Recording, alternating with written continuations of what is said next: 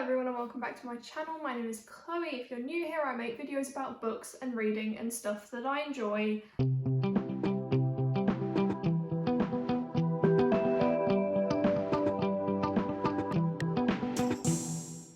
If you are new here, then please feel free to subscribe. It would mean the world to me. I absolutely love it. Today I wanted to do the mid-year book freakout tag. Is that what it's called? Mid-year book freakout tag. I think that's what it's called. Yeah, basically I wanted to do this because I've seen a lot of my friends do this. I've seen just in general a lot of people do this, and this is one of the tags that I saw a lot before I joined BookTube, and I thought now that I've joined BookTube that I should definitely make this video. So that's what we're doing today. I'm going to get straight into the questions. The first question is the first question is the best book you have read so far this year, and I think there is one that's sort of like an outstanding one, like I think most people will know at this point because I've spoken about it quite a bit. And then there's a couple of others. The first one, which is one that I have kind of said is my favourite book of the year, is Battle Royale by Koshin Takami. I absolutely love this book. This is a dystopian. It is translated fiction, translated from Japanese. It is just so amazing. If you think about how good the Japanese are at making like horror films and like stuff like that, and then think of it as a book, it was so good. It's essentially about a school class of about 40-something kids who get put into an arena and get told that they need to fight until only one of them is alive. I just really enjoyed this book. Like, I recommend it so much. If you like dystopia, or if you like that kind of idea of like a Hunger Games style kind of thing where people are fighting to the death, and you want to read about a lot of violence and a lot of gore, then I would 100% recommend it. Aside from that, I also would say that Bunny is one of the best books that I've read so far this year. Hands down, it's definitely in my top 3, as is Tender as the Flesh. Now, there's kind of there's kind of a theme there, that I like reading things that are a bit disgusting or a bit gory or a bit sort of out there and weird, and that just sums up my reading taste, I guess. Let's move on to the next question. So, the best sequel I have read so far this year. I'm not gonna lie, I think I've read like 3 sequels. I have not read a lot of series so far this year, so it was pretty easy for me to pick, and I have decided that the best sequel I've read so far this year is Tunnel of Bones, which is the sequel to City of Ghosts. They're both part of the Cassidy Blake trilogy, which is a trilogy about this girl who can basically go into the void and communicate with ghosts. And in the first book, she kind of finds out she's got this gift, so she needs to use it in a certain way, as it usually is when it comes to these kind of books. They are middle grade books, they're really fun and easy to read, and I actually read Tunnel of Bones as part of my birthday 24-hour readathon. If you haven't seen that vlog, then I will link it somewhere. You should go and check it out. It was a lot of fun. And basically it's just a very easy book to read. I ended up giving it 4 stars. Like, it could have been better. I think just in general for me, middle grade does not hit as hard as YA or adult, but it was amazing. It's so much fun. I love the sort of formulaic way it's done. I think a lot of people can get tired of like formulas, but for me, I just really liked it. It reminded me of Scooby-Doo. It kind of felt nostalgic. It was just kind of like, you know, she goes a place, she finds out things are wrong, she has to sort it out, and she does. And it's just really fun. The first book was set in Edinburgh, the second book was set in Paris. I personally preferred the Edinburgh setting just because Edinburgh is one of my favourite cities in the world. And the third book is going to be set in New Orleans, and I'm super excited because I've said this before, New Orleans is the best for witchy stuff, for voodoo, black magic, for all that jazz.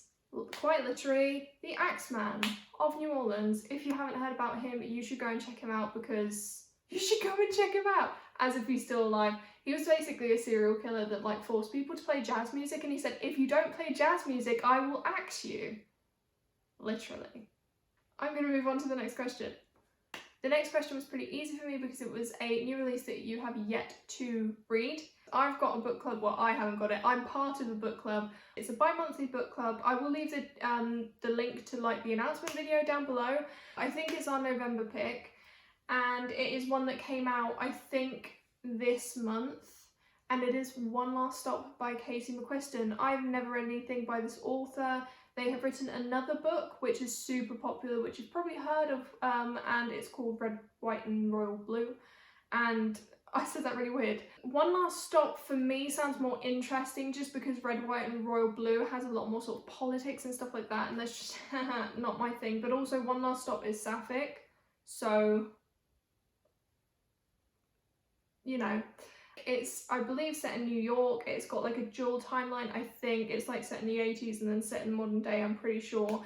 And like, I don't actually know that much about it, aside from the fact that it is a love story between two women and it's set in New York and there's an 80s timeline, and I'm like, that's basically three things that I love and want to read about. So I'm super excited to read this book. And obviously the reason I haven't read it is because it's going to be for a book club, so I don't want to read it until a little bit closer to the time, but I'm very excited for it. Following on from that, the fourth question is, what is your most anticipated release for the last half of the year? And mine is pretty soon, I believe. This is another pick for the book club I'm a part of, and it's just like, it's the one book where I've been like, actually I do absolutely need to read that when it comes out, and that is Survive the Night by Riley Sager. I've read 3 of his other books. He's got 4 out so far. I've read 3 of them. I still need to read Home Before Dark. But yeah, so he's got a 5th book coming out called Survive the Night. I just feel like it's going to be a fun read.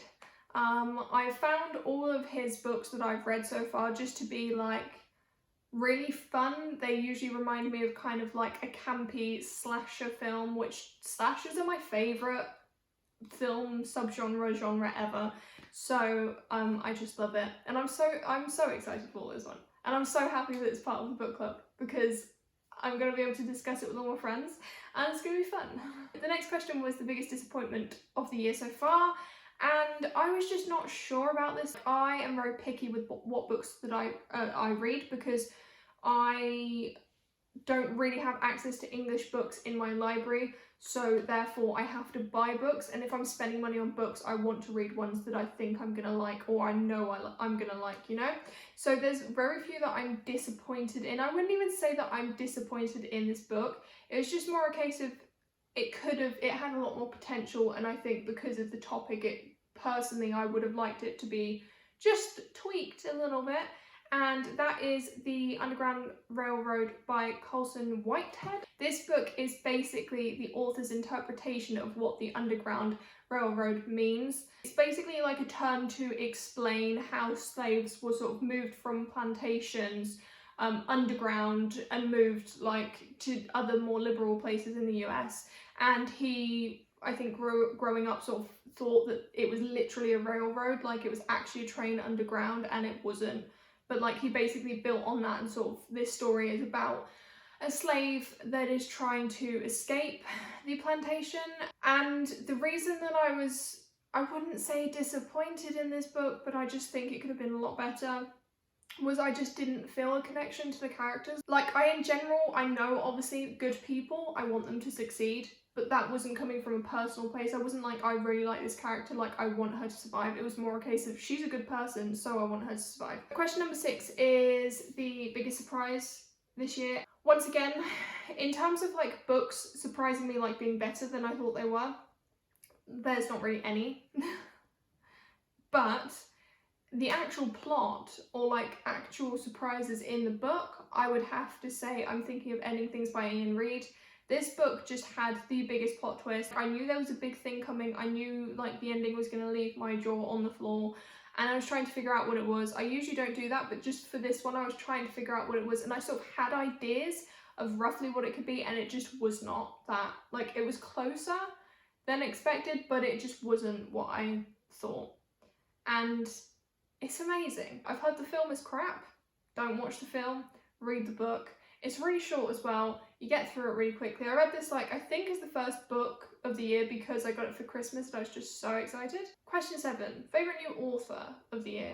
This person, I have only read one of their books. I'm the kind of person that usually reads like 1 or 2 books from a specific author. I don't tend to read their whole bibliography. So this author is one that I've only read one of her books, but I think that just based on that book that she could definitely be a favourite author of mine. That is Mona Awad, because Bunny was just superb. She's got another book coming out this year, which actually could have been the answer for the anticipated release. Question number 8, I struggle a little bit with, just because it's newest fictional crush. I don't get crushes on book characters. Like, I don't usually get personal connections. Like, I can say I love a character, but I don't think I get crushes on them. However, I will say that there's one character that while I was reading it, I was like, if that was a real life person, then I think that I would quite like them.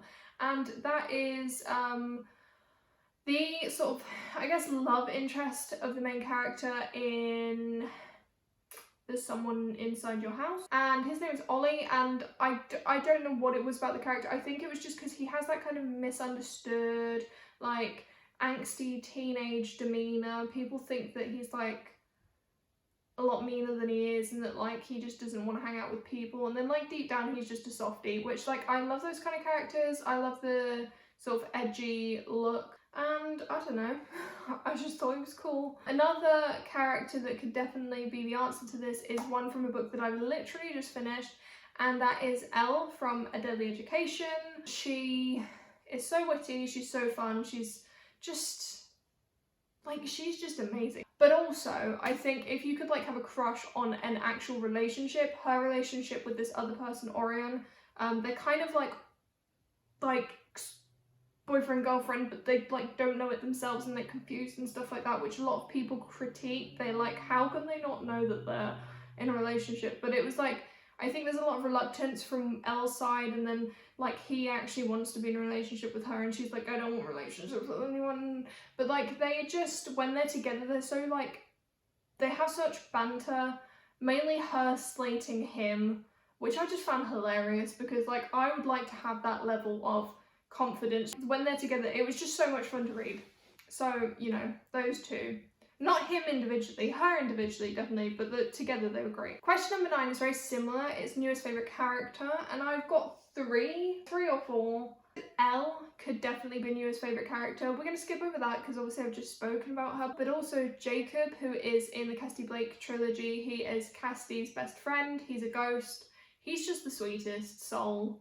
Literally, like, he is just so cute, and he's just there to protect her and to be her friend and to give her company, and like he's got a backstory as well, which I absolutely loved reading about, and I'm just really looking forward to learning more about him. The last couple of people I put down was from Jade City, and that's either Anden or Shay, or both of them. I personally prefer Anden.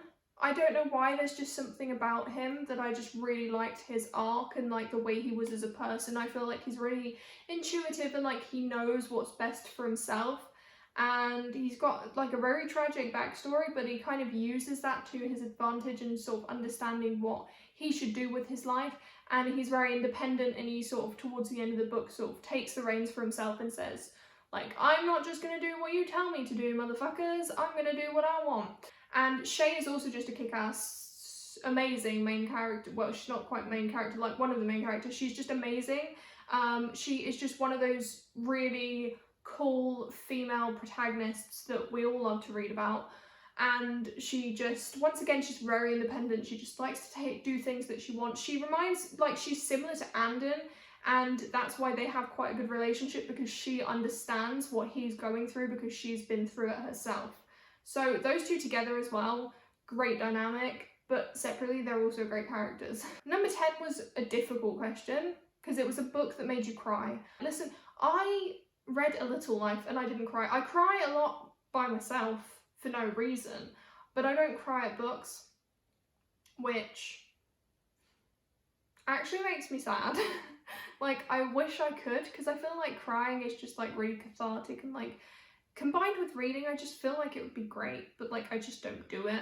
I did nonetheless say the books that brought me closest to crying would be The Love and Lies of Roxanne. The main reason that this kind of like gave me that feeling of like I could cry but I'm not going to is purely because this main character is, you know, struggling with a lot of stuff. Her family are very, very religious and sort of traditional, and she is gay, so like that dynamic is obviously not great, and things happen, and like there's like the main plot of the story is basically that her family take her back to, I want to say Bangladesh, when they find out that she is gay. So like they're trying to, you know, do this simple thing of try and fix her, even though there's nothing to fix. And she has a grandmother who is extremely traditional, but she's just the most supporting, loving person in the world. And that in itself made me like emotional, because it's just so nice to see. You know, we hear this thing of like, oh yeah, like cut the old people some slack because they have, like, they still follow traditions and blah blah blah. But it's like, no, old people are not so senile that they can't actually change their way of thinking. Like, that is just us making room for old people to continue in their homophobic, racist, whatever ways. Whereas this book is clearly saying that like there are people who have the ability to change how they think about things and to be open towards things. Another book that I wrote was All Boys Aren't Blue. This is a memoir that basically is about the author, who is black and non-binary and just very like, you know, not what you expect of someone who is born male, and they didn't fit into sort of the boxes that people would set for them. And obviously this is very intersectional because they are both black but they're also queer, and it's just, it was a really interesting story to read. Honestly, it's the first time that I understood what it could mean to be non-binary, because before then I didn't, like, I couldn't imagine what it would be like to feel that way. And then the way they described it, which obviously isn't the case for everyone that's non-binary, but the way that they described it, I was like, actually, I understand it now. I think that this is the kind of book that everyone should read. The reason that it kind of made me emotional is just because some of the things that this person has gone through and that they talk about, and their family as well is very, very supportive of them, despite the fact that they obviously aren't sort of the traditional son that they were expecting to have. Question number 11. A book that made you happy. I'm gonna have to say Heartstopper. I don't read a lot of like nice contemporary books, but this graphic novel is just so cute. I don't need to explain it. I think everyone knows why Heartstopper makes people happy. This was volume 1 that I read. I still need to read volumes 2, 3 and 4. I know that it gets more serious it goes on, but I think that in general the whole series is supposed to be very just nice and heartwarming and lovely, and I really enjoyed it. Question number 12 is the most beautiful book you have bought or have received this year, and I've got 2 answers for this. They both were gifted to me by my dad, and I'm very happy, very grateful, and I absolutely love both of them. I think they're both they're two of the most beautiful books that I've ever seen and that I have the honour to have in my collection of books. One of them is an illustrated edition of Alice in Wonderland. The illustrations are done by Camilla Rose Garcia, and I just love the art style because it's kind of, it reminds me of Tim Burton. It's very like kind of creepy and expressionistic. Is that a word? I don't know. But it's very out there and it's very fun. And then another one is Peter Pan by J.M. Barrie, and it's just really cute because it's got like these little characters on the front that have like, they kind of look like acorns, I think. Yeah, they kind of look like they're wearing acorns. They're really cute. And I really like it. It's got some gold foiling on it. It's very, very gorgeous, and I'm really excited to read Peter Pan. Finally, what books do you need to read before the end of the year? So I have some obvious ones, which are obviously the book club picks. Anything that like I'm reading, I've committed to reading with other people, obviously. Personally, books that I really want to get to are The 7 Husbands of Evelyn Hugo. Like, I've been meaning to get to this for ages. I still don't have it. I need to buy it, but it's definitely up there because everyone loves it. Like, I've heard very few bad things about Evelyn Hugo. I'm just super excited to get to it. A series that I've recently really wanted to get to is the Percy Jackson series. And I think that Disney, I want to say it's Disney, are doing a TV series adaptation. And I'm super excited for that. So I want to read the books before that comes out. I also was just really, like a lot of kids, I was obsessed with Greek mythology growing up, so it'll be super exciting to read it because of that. But also I know that there's then another series by Rick Riordan, Mana's Chase and the Gods of Asgard or something like that. That's to do with like Nordic mythology, which is to do with my heritage, like that kind of like connects to me. So that'd be really interesting to read about. Aside from Percy Jackson, another series that I just want to, this one I want to finish. It's Heartstopper. I don't know if I'm going to finish it by the end of the year, but I would like to get my hands on 2, 3 and 4. And I think that there's one final volume coming out next year, I want to say. That was the end of the questions. I hope you guys enjoyed that. As I said before, like if you enjoyed this video, please subscribe. It would mean the world to me. I've been kind of stuck around 160 subscribers recently, which like is completely fine. The fact that I've got the subscriber base that I have now and the friends that I communicate with now, like that means the world to me. But obviously like it would be nice to be able to chat with some more people. You are always more than welcome actually to go over to my Instagram, have a chat with me if that's something that you're up for. I love communicating with people. Thank you for watching this video and I will see you in my next one.